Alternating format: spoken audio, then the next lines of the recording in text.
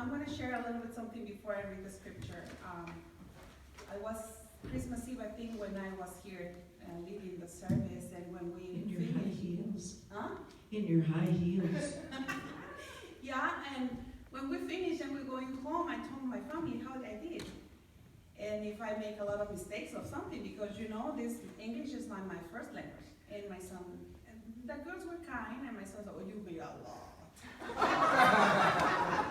So please forgive me if I mispronounce or something. But the scripture reading today is in Matthew. Un momento, por favor. Yeah.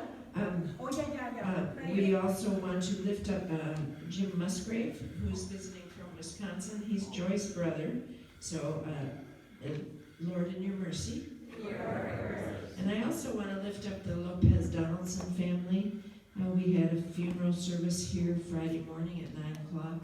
There were over 100 people in here celebrating the life of a 31-year-old man. We have a 14-year-old and a 3-year-old left behind who was shot to death a week ago Sunday. So for the Lopez Donaldson family, Lord, in your mercy. And for Joseph Lopez, who is in heaven, Lord, in your mercy. Before the scripture reading, in your bulletins, we will find the prayer for illumination. Send your spirit to fill our lives with your love, that we may not only hear, but also do your work. Amen. And now, and if you can open your Bibles that are on the pews or turn it on as you wish, Matthew 17, verses 1 to 9. After 6 days, Jesus took with him Peter, James, and John, the brother of James, and led them up a high mountain by themselves. There he was transfigured before them. His face shone like the sun, and his clothes became as white as the light. Just then, there appeared before them Moses and Elijah talking with Jesus. Peter said to Jesus, Lord, it is good for us to be here. If you wish, I will put up 3 shelters, one for you, one for Moses, and one for Elijah. While he was still speaking, a bright cloud covered them, and a voice from the cloud said, This is my son, whom I love. With him I am well pleased. Listen to him. When the disciples heard this, they fell face down to the ground, terrified. But Jesus came and touched them. Get up, he said. Don't be afraid. When they looked up, they saw no one except Jesus. As they were coming down the mountain, Jesus instructed them, Don't tell anyone what you have seen until the Son of Man has been raised from the dead. This is the word of God for the people of God. Thanks be to God. You may be seated.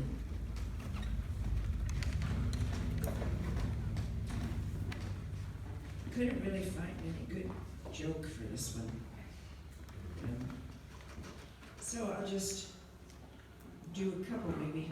That's what I do when I can't find a good joke. So there were these people traveling, pioneer people, and they were in a wagon, and they were traveling through some desolate place, and all of a sudden they heard drumming, Indian drumming. And one guy turned to the other one and he said, I don't like the sound of that drumming. And from very close by, this other guy said, oh, he's not our regular drummer. Okay, so see, that's what I'm saying.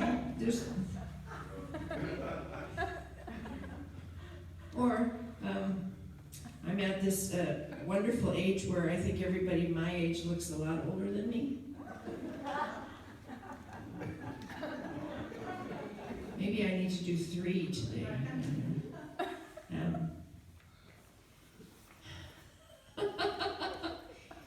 Okay, Art's not here, but Marcia is doing this with her head.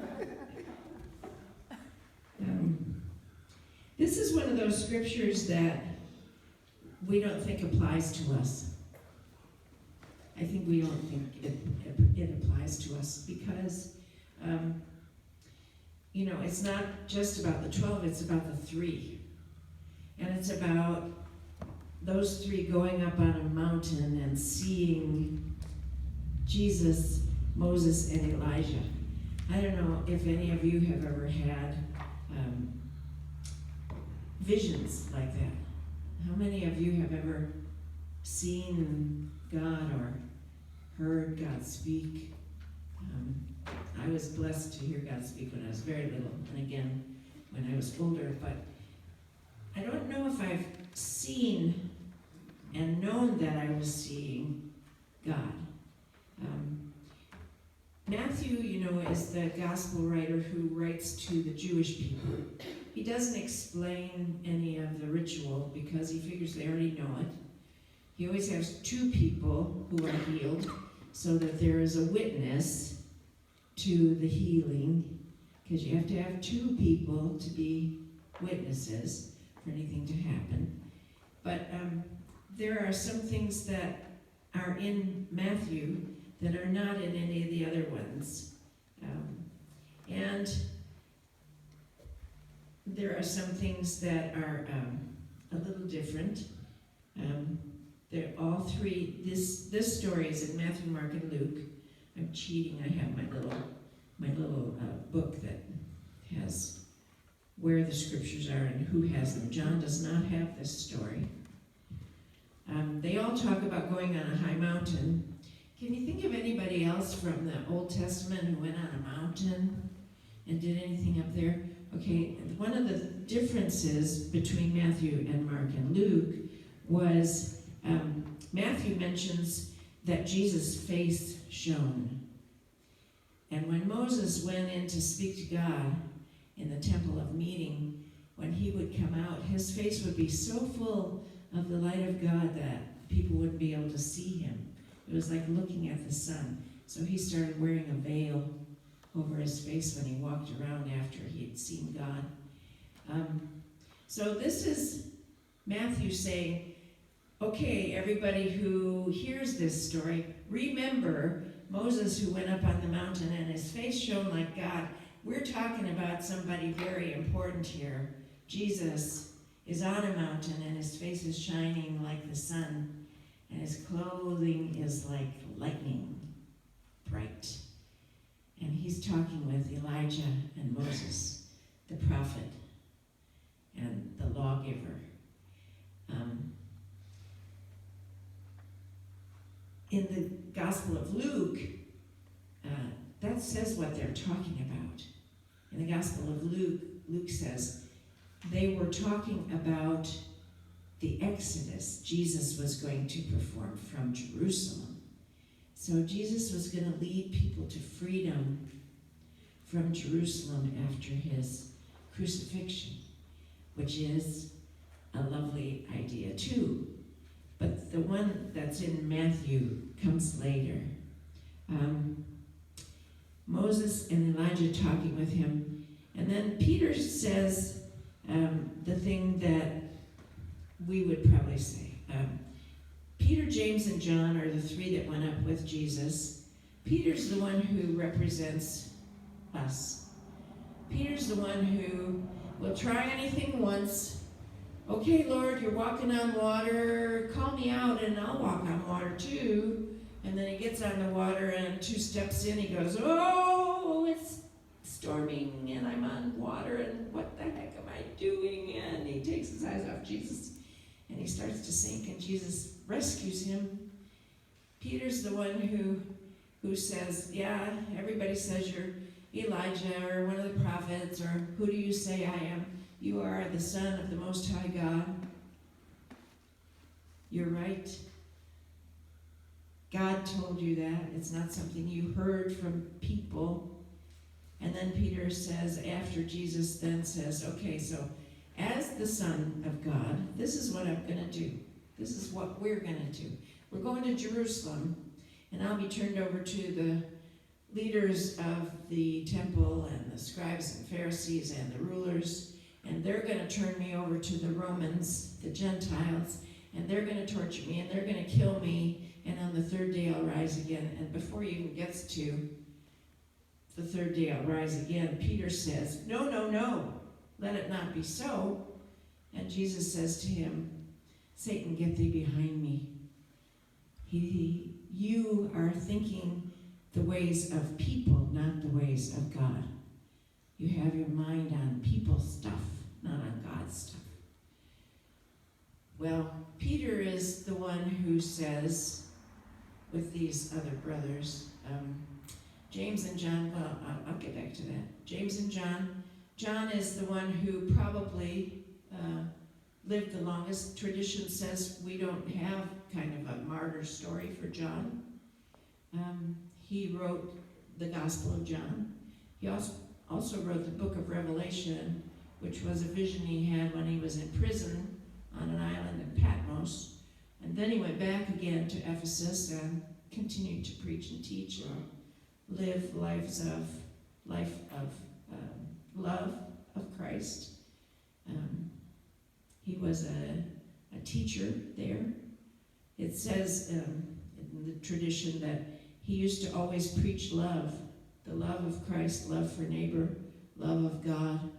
And one of his disciples, one of his students said to him, "When are you going to preach about something else?"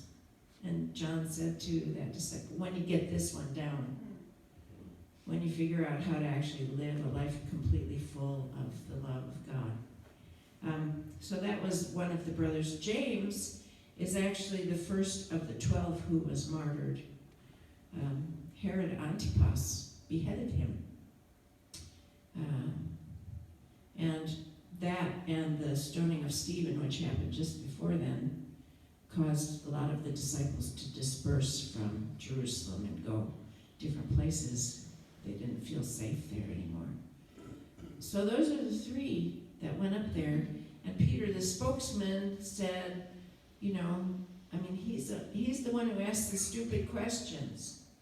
He's the one who is right out there doing whatever he thinks might be the next right step. And he says, let's build these places so that you guys can hang out here, so that we can keep this. We don't generally think of theophanies in our lives. We don't generally think of that, but then we do have those God moments, and we think, wow, if this could just last for a little while longer, if that sunset would just take a little longer to dissolve, if that sunrise, oh my goodness, there's a beautiful sunrise and then it disappears for a minute and then there's another beautiful sunrise. Have you ever experienced that? That there's a little color in the sky really early in the morning and then it goes back to gray again and then it comes back to color again. When I was a kid, I didn't even know how old I was, maybe 4, maybe 6, I don't know. It was a summertime, it was probably a Saturday.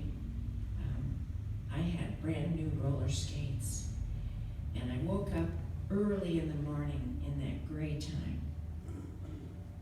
Must have been 4 o'clock in the morning, maybe 3:30. And I went across the street so that my folks wouldn't wake up with me roller skating because they made noise. And so I put these roller skates on, and I was roller skating up and down the street, and I thought, I want to go down to the corner and see if I can turn that corner. I want to see if I can turn the corner because there was a wall and it kind of went uphill and it was a sharp corner, and that particular neighbor took a little piece out of the lawn, by the sidewalk, so that it was trim all the way around. And as I started down to the corner, the noise of the skates, and I looked up and there I was standing at the corner. And standing at the corner, myself said to myself, skating, watch out for this corner, don't fall down. And when I got to the corner, I turned really quickly and I did get my skate stuck in that little crevice and I did fall down. I wanted to catch that girl. I wanted to see her again. I knew she was me. There are moments in our lives where we see kind of an image of God. When I worked in the shelter, and I do too much I'm sorry about that. There was a guy at the shelter in Santa Fe. He walked on canes And he was not that old. He was maybe in his 30s. And he came in every night. And one night, I was talking to him, and he said, "Would you like to know what happened to me?" And I said, "Sure." And he said he had been working as in one of those carnivals that drive around with the big trucks, and they had set up the Ferris wheel, and he was the guy who was doing the Ferris wheel. And it was early in the morning one day, and he heard this funny noise, and he looked up, and the Ferris wheel fell on him. And he bent over backwards so that his feet and his head were aiming the same way. And the Ferris wheel was on top of him. And he said there was a man who came to him and said, "Okay, my name is George Smith."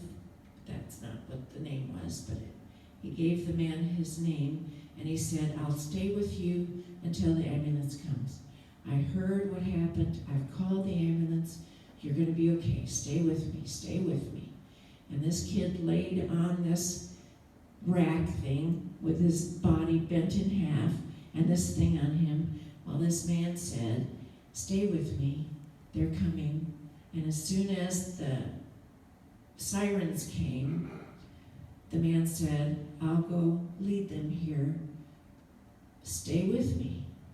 Don't die. Come on, stay alive until they come." And so the firemen came, and the man didn't come back, and they were amazed that he was still alive. And they said, "What happened?" He said, "Well, this thing fell on me, but then George Smith came, and he was talking to me, and he said, 'Stay with me,' and so I did." And they looked at one another, and they said, "George Smith died 20 years ago in the very same kind of accident."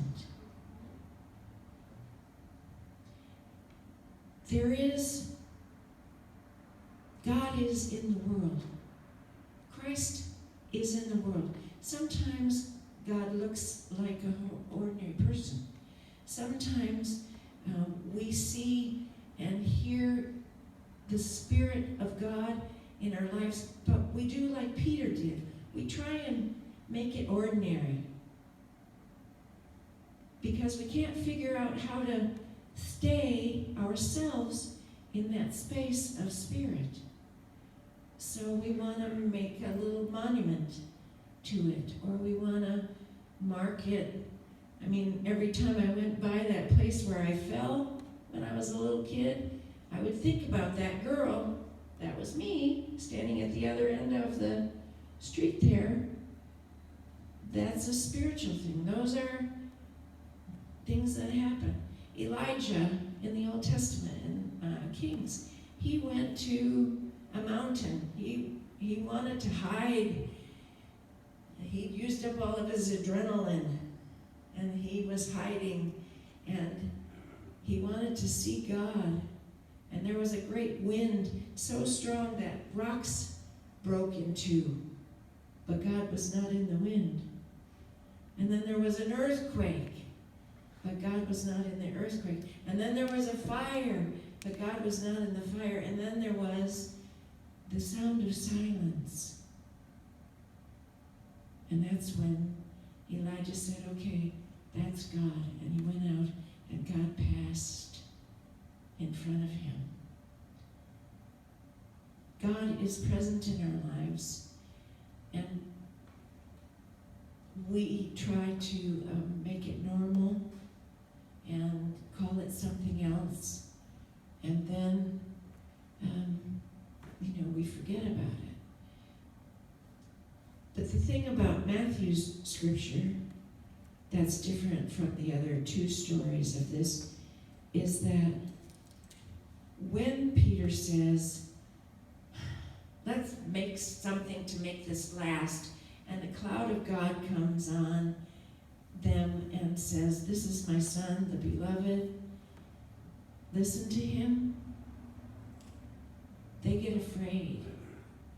In Matthew's scripture, they fall on their faces, and they're afraid. And Jesus comes to them and touches them and says to them, "Get up. Don't be afraid. and then he's the only one there. That little piece of Jesus coming and touching them is in Matthew only. And that's the piece I want us to remember and to hang on to.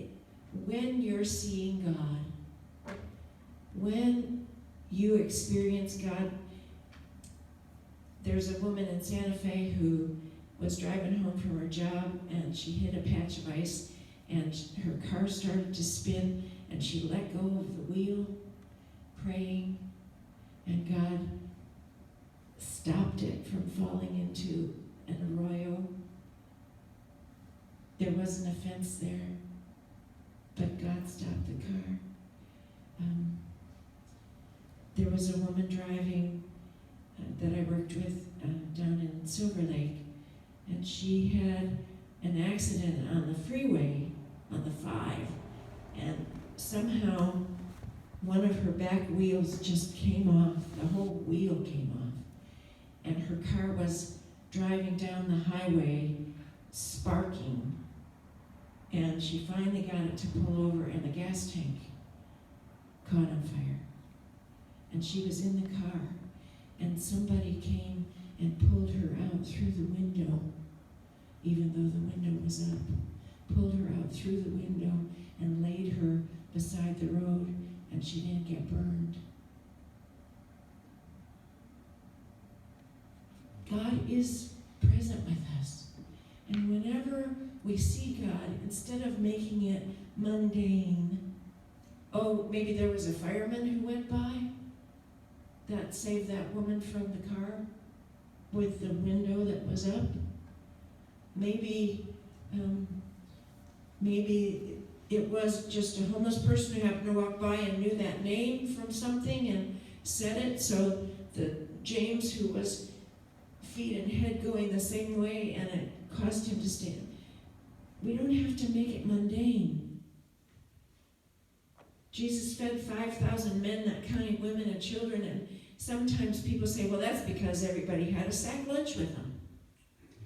Actually, they had been there for more than a day. So if they had a sack lunch with them, it was gone. Why can't we let there be a miracle there? Why do we have to figure out how it was that everybody dug into their sack lunches, and so there was enough food, and they gathered up 10 or 12 baskets full of bread left over and fish left? No, it was a miracle. Let it be a miracle.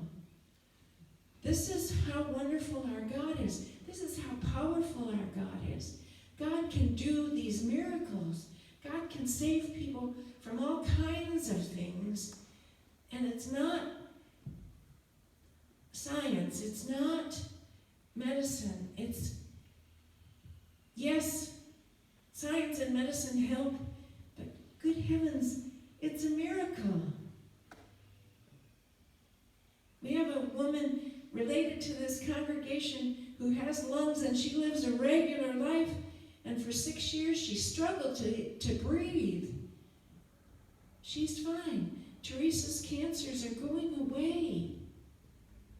Yes, the medicine helps. Yes, the doctors help. But God is in our world. God does miracles for us. And Jesus touches us. And truly, He's all we need to see. He's all we need to know. Because God is with us in spirit and in truth this day and in the days to come.